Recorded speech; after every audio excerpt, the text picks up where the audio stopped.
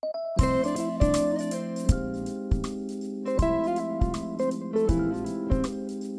what's up, everybody? Welcome back to another episode of Podcast Launch Diaries. I am Jeremy Enns, and I'm glad to have you here for another weekly update as I'm moving through the launch process of my new show, Build a Better Wellness Biz. Each week on these Podcast Launch Diaries, I am breaking down what I've been working on over the previous week as I move towards launch. Right now, there are 5 weeks to launch. I've been getting a little clearer on when that's going to be exactly. It's kind of been a tentative date for now. I think I am looking at the final Wednesday in August 2020.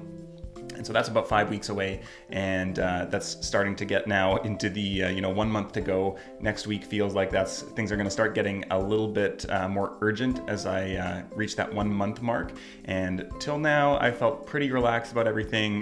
This week, I had a fair amount of stress around the podcast, so we're going to get into that, plus a whole bunch more in terms of what I've been working on over the past week. So to kick things off, let's head over, like always, to just see how I've been spending my time over the past week. And as you can see here, we've got 15 and a half hours working on the podcast, which was a little bit less from the week before, which was 18. But this week I actually took Monday off.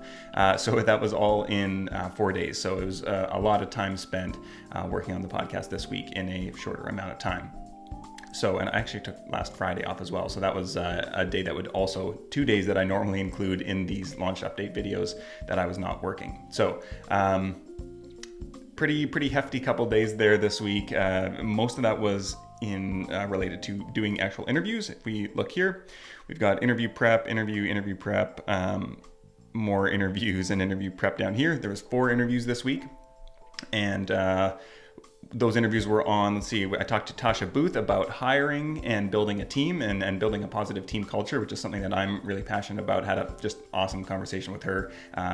I am a client of hers. I use them for my online business manager is through her agency, who's been super, super helpful with everything that I've been doing this year, both in terms of the agency as well as with Podcast Marketing Academy and getting that all set up and handling a lot of the back end systems type of things there. So my OBM online business manager, Lindsay, has been phenomenal, and Tasha and her team are awesome. So that was really exciting to chat with her. We usually have a 15-20 minute check-in call, kind of client check-in call once a month.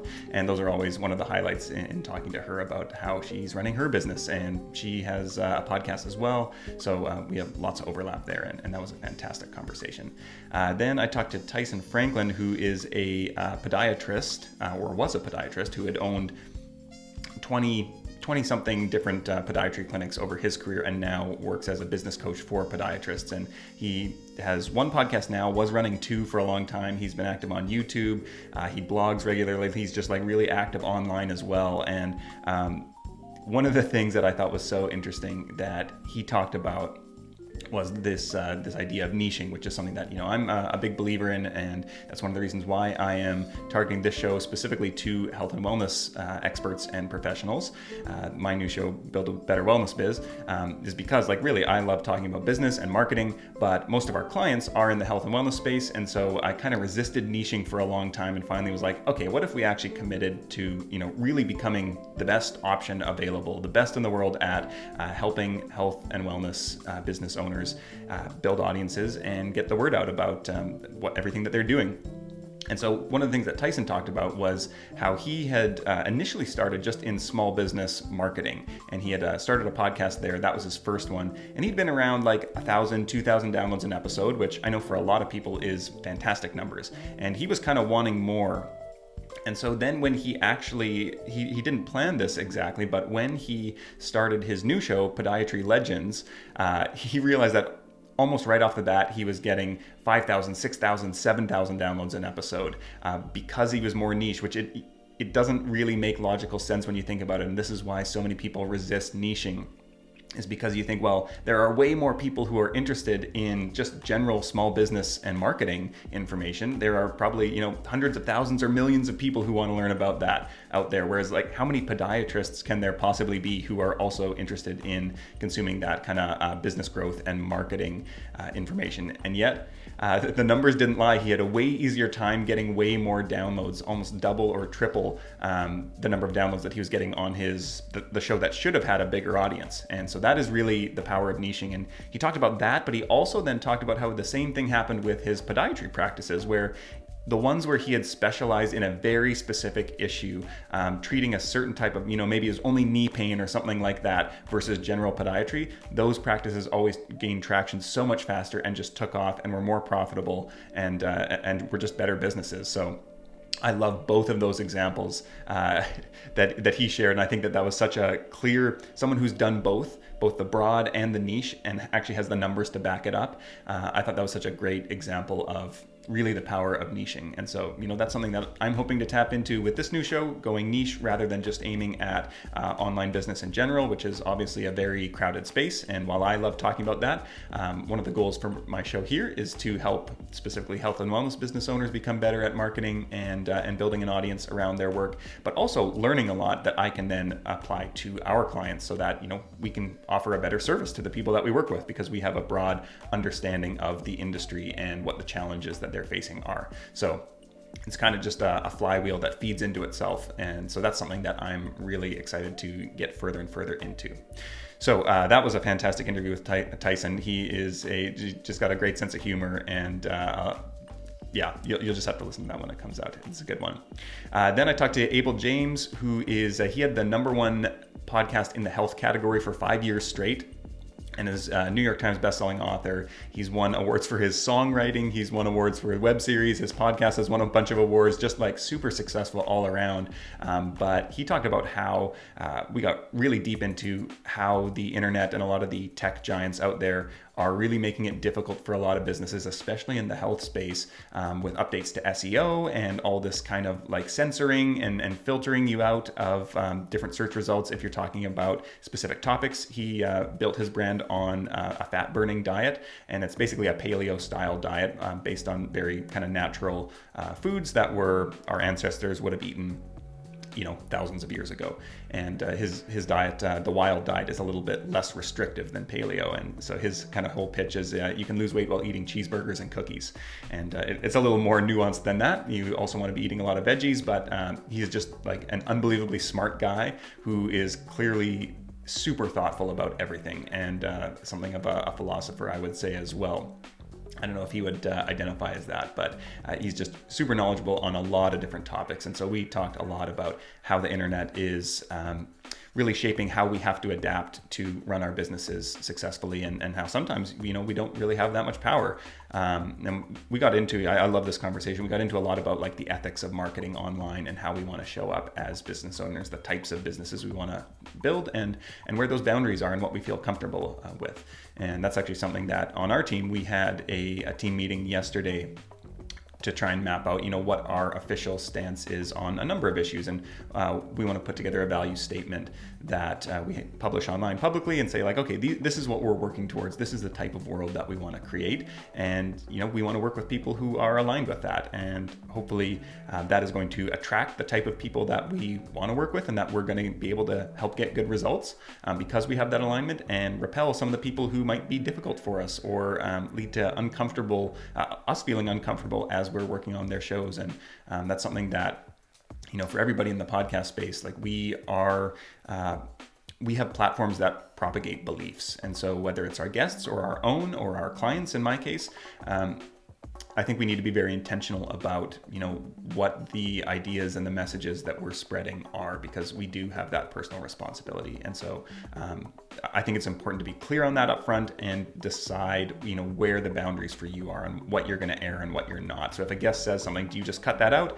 Do you push back on the guest? Do you just not air that episode because you know that guest promotes certain beliefs? I think having that all defined in advance is going to make it easier to make a decision when the time comes where somebody crosses a line or something like that. So a little bit of a side rabbit trail there that we've got onto, but that was just a great interview, and I really loved talking with Abel. And then finally, we had an interview with Andrea Jones, who is a friend of mine. We partner on a number of things when it comes to working with our clients, and she is a social media manager and expert, and so she dropped the knowledge on all things social media. And so that's a really great interview as well. I've actually interviewed her in the past in my Facebook group, and yeah, she's just always fantastic. She has a fantastic podcast as well called Savvy Social School, or maybe it's the Savvy Social Podcast. I should probably look it up. Look up Andrea Jones, Savvy Social School, and you will find everything that you need to know about her. And she's got, yeah, ton of knowledge, makes social media feel really easy. So that was, as you can see, really the bulk of the week there was these interviews, and then also these podcast launch diaries, editing, recording, all that kind of stuff. I did get into some social media asset design, which I know has been something that I've been putting off for 3-4 weeks, something like that. So this is not the right one here. Here we go. And so just building out a few more pieces for my Facebook cover photo and the LinkedIn header image as well. And so those I just wanted to get in place before I started doing some outreach to people online and some networking, just to start getting connections with people who might be potential listeners, potential guests, just so it's very clear, the branding, like, you know, what I'm working on and why it's relevant to them.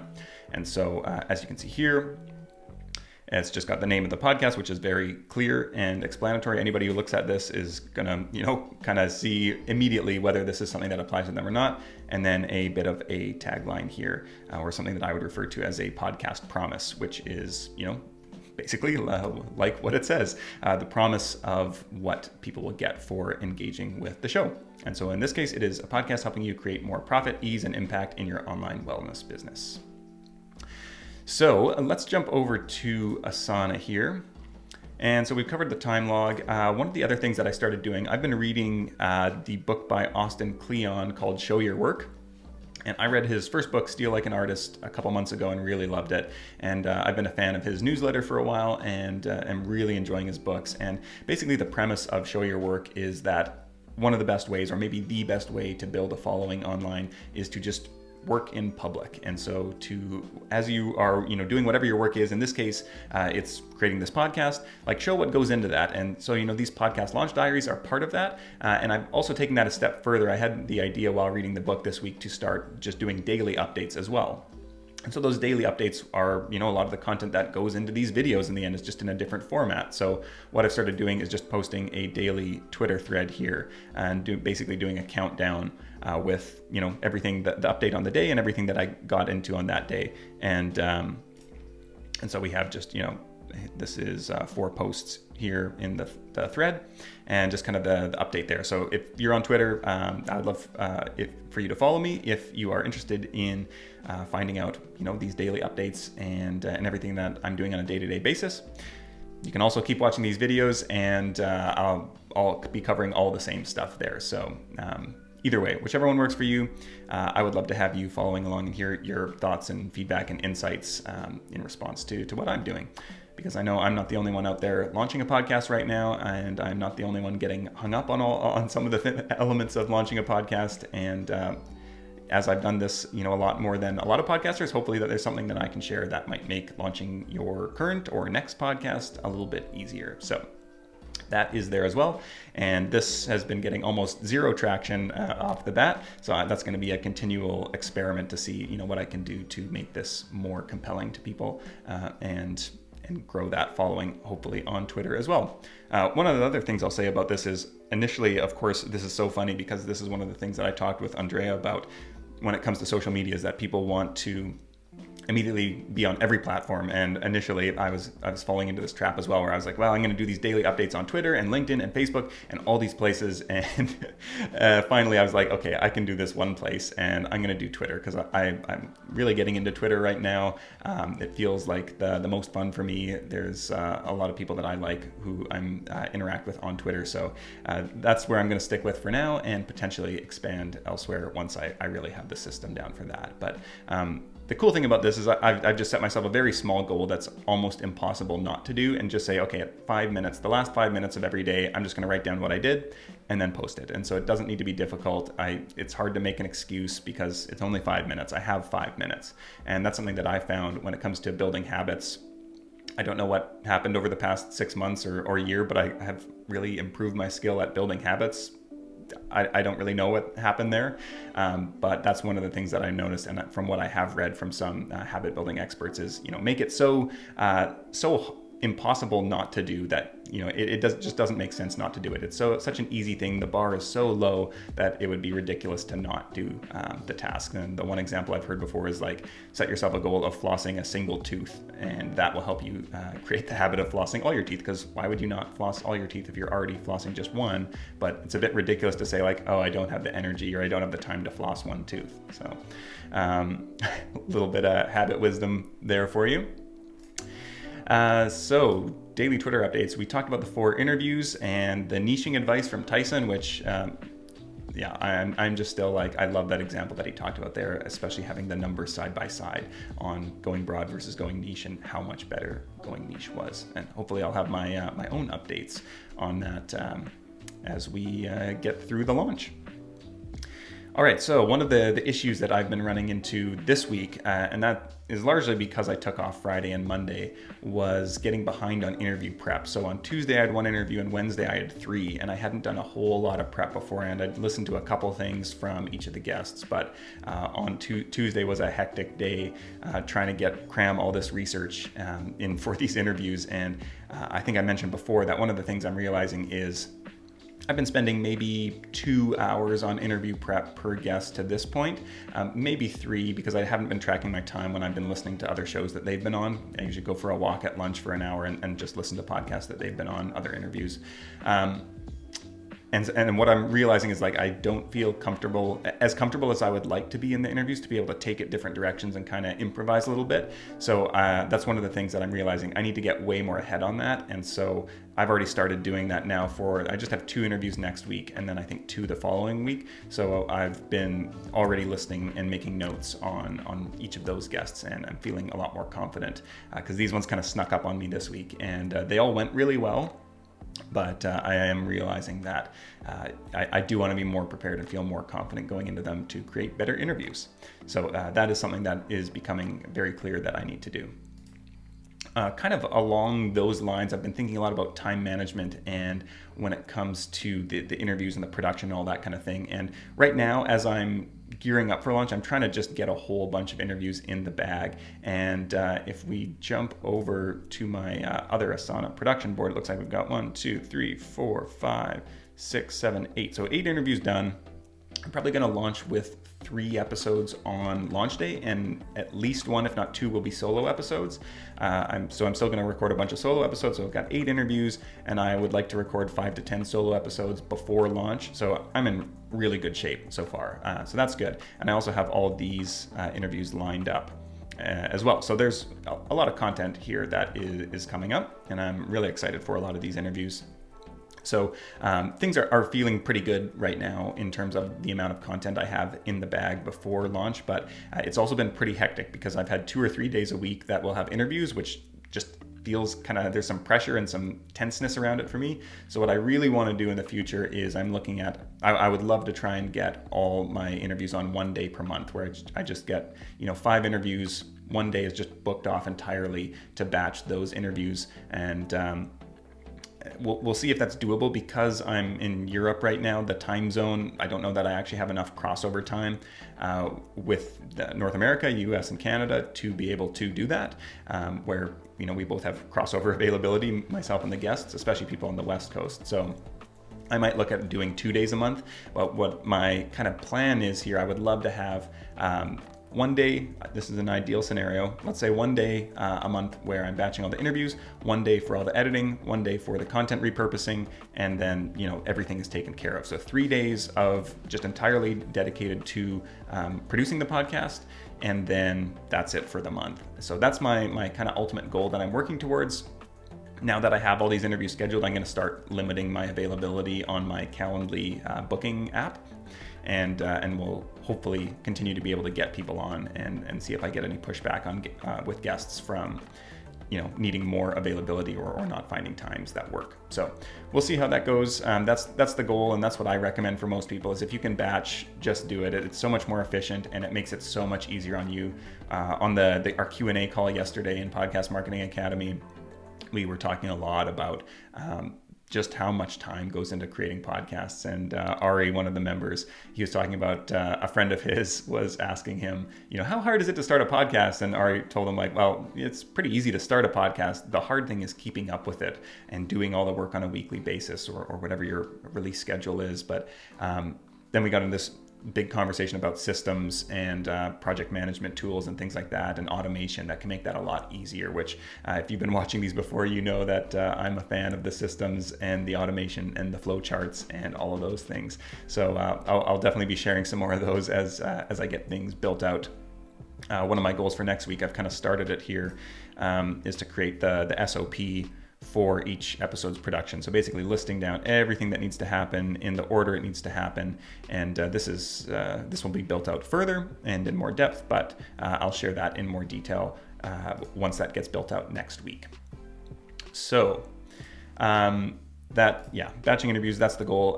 We talked about the design update. I did a little bit of that. So next week is going to be doing more outreach to people and just starting to build relationships. And one of my goals there is to hopefully get people into the Facebook group that I have created, which is currently, there's nobody in there. I haven't made it public yet or anything like that.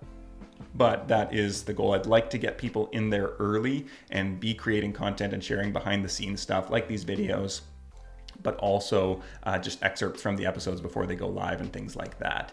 One of the things that I am excited about is having so many of these episodes done beforehand, before launch. I'm gonna have a lot of content to be able to pull from: videos, audiograms, quotes, all those types of things. So that is something that I'm excited about and I think will help play into the launch. The last thing that we've talked about was music. And so last week, the composer, musician who I've hired to create custom theme music got back to me with a first round, and so we've gone back and forth a little bit. I provided some updates, some tweaks or requests, revisions for the music. So he was supposed to get back to me, I think, probably today. So hopefully next week we'll have another update there. But then I was going through Twitter and I found, I don't know if anybody listens to 20,000 Hertz. It's a podcast about sound and the sounds in our lives and what's behind them. It's just a fantastic show.